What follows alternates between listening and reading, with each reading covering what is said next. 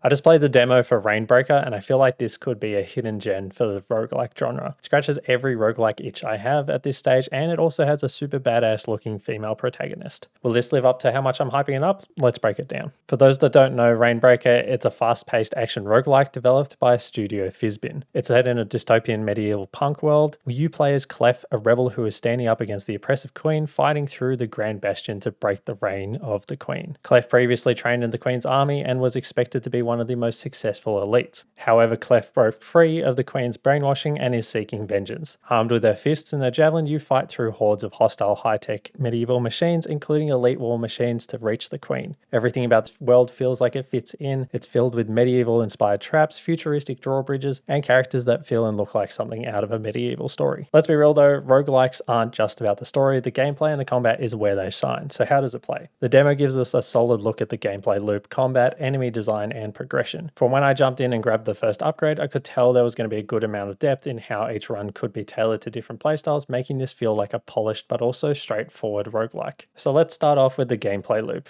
As you're working towards the queen, you'll explore different chambers in the bastion. Each of these chambers will have a bridge that you'll need to activate, allowing you to progress to the next chamber. These bridges can be activated by looting enough vaults to break the seal on the bridges. Each vault has a different challenge type. So far in the demo, we've had to defeat all enemies, defeat enemies within a certain time, and also defeat enemies without getting hit. By achieving the conditions of the vault, you'll clear one of the seals on the bridge and will also be rewarded with keys, an artifact, and potentially an upgrade kit. The artifact will have 3 pieces of gear that have been confiscated from vandals. These are essentially your skills and upgrades. They can range from increasing the range of your attack to applying statuses to enemies. These can further be upgraded at shops with the keys that you earned or by using the upgrade kits. Once you've cleared all the seals on the bridge locks, you'll be able to activate the bridge and progress to the next chamber. You'll continue exploring the different chambers and looting vaults until you find the elite and boss chambers where you need to defeat elite or boss enemies. In the demo, we get to fight 1 elite enemy and 1 unique boss. If you happen to die at any point in your run, you'll be saved by rascals and taken back to your camp where you'll be able to access upgrades and change your javelin. It's got that common roguelike gameplay loop that we love to see.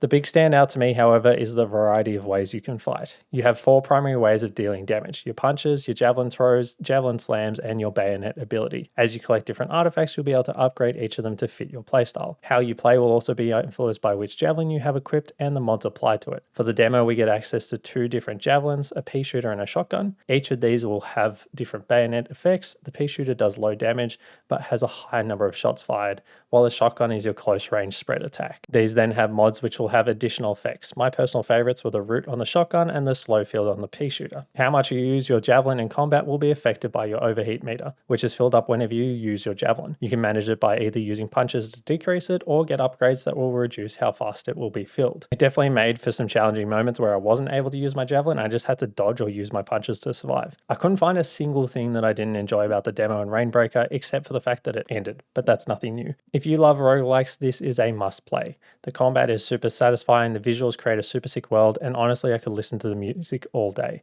If the full game lives up to this, I'm going to be grinding it out until I hit 100%. So go over to Steam, wishlist the game, and download the demo. The full game releases 18th of March 2025.